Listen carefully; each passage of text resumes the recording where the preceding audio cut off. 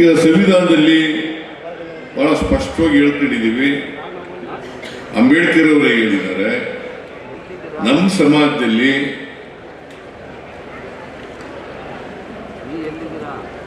ಅಸಮಾನತೆ ಇದೆ. ಬಡವರಿದ್ದಾರೆ, ಶ್ರೀಮಂತರಿದ್ದಾರೆ, ಮೇಲ್ಜಾತಿಯವರಿದ್ದಾರೆ, ಕೆಳಜಾತಿಯವರಿದ್ದಾರೆ ಅಲ್ಲ.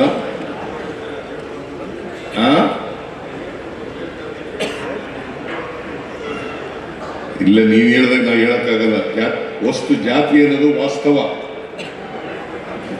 ನೀನು ಕೇಳಿ ಕೆಳಜಾತಿ ಅಂತೆಲ್ಲ ವಾಸ್ತವವಾಗಿರೋ ವಿಚಾರ ಬಿಟ್ಟು ನೀವು ಮೇಲೆಲ್ಲ ಹೇಳಕ್ ಹೋದ್ರೆ ಅವೇನು ಆಗೋದಿಲ್ಲ ಸಮಾಜದಲ್ಲಿ. ಕೆಳಜಾತಿ ಮೇಲ್ಜಾತಿ ಅನ್ನೋದು ವಾಸ್ತವ. ನೋಡಪ್ಪ, ನೀನು ಚಿತ್ರವರ್ಣ ವ್ಯವಸ್ಥೆ ಒಂದ್ಸಾರಿ ಓದ್ತು, ಮನುಸ್ಮೃತಿ ಓದ್ತು ಅನ್ಸ್ತಾರೆ. ಇನ್ನೊಂದ್ಸಾರಿ